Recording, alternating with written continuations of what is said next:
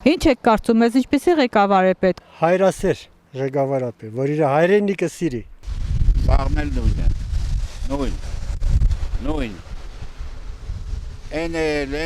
հեզոր Հայաստան էլ, լուսավոր Հայաստան էլ, ծուր Հայաստան, դուզ Հայաստան, սաղն էլ նույն է։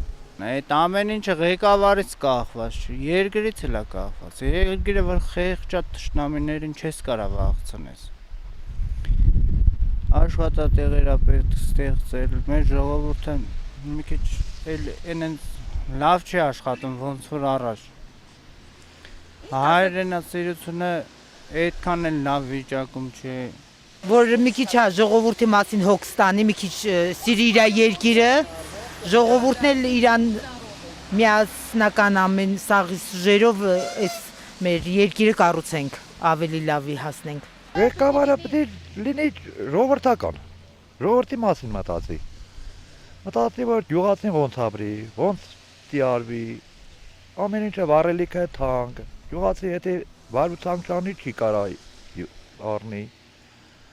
սալ արդեն պիտի առնի, ամեն ինչը առնի։ Մենք պիտի ունենանք շատ ուժեղ զենքեր, որպեսզի ոչ մեկը չկարողանա թուր բարձրացնի մեր վրա։ Քանի դեռ չունենք, զենքեր չունենք, ցանկացածներ կարող է ճնշի հայ ազգին։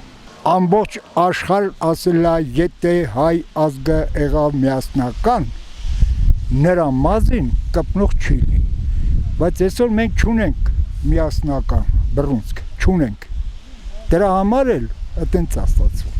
Ամեն դեպքում պետք է ոտի կանգնացնեն երկիրը։ Եթե չեն կարող կանգնացնեն, ուրեմն պիտի հեռանան։ Գաղափարով ուժեղ ղեկավար, հայ ազգի մասին մտածող։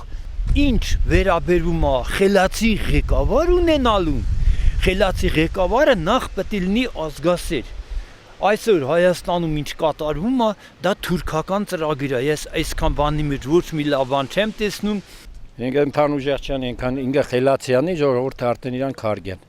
Ժողովրդին խղճող, սիրող, հարգող,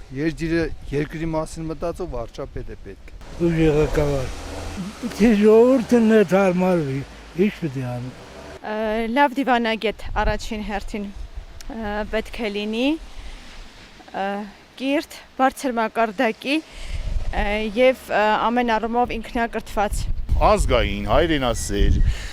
կշռադատված, ծանրակշիռ, պատկառելի անձնավորություն, ազգային մարդ, կրոնի կողմնակից, չենք ասում տարբերություն տնի ինչ-որ մյուս կրոն, ասենք կրոնի, ասենք դավանող մարդկանց մեջ, այլ այդ կրոնական կազմակերպությունները, որ քայքայի ճաղանդները մեր երկրում վերանան,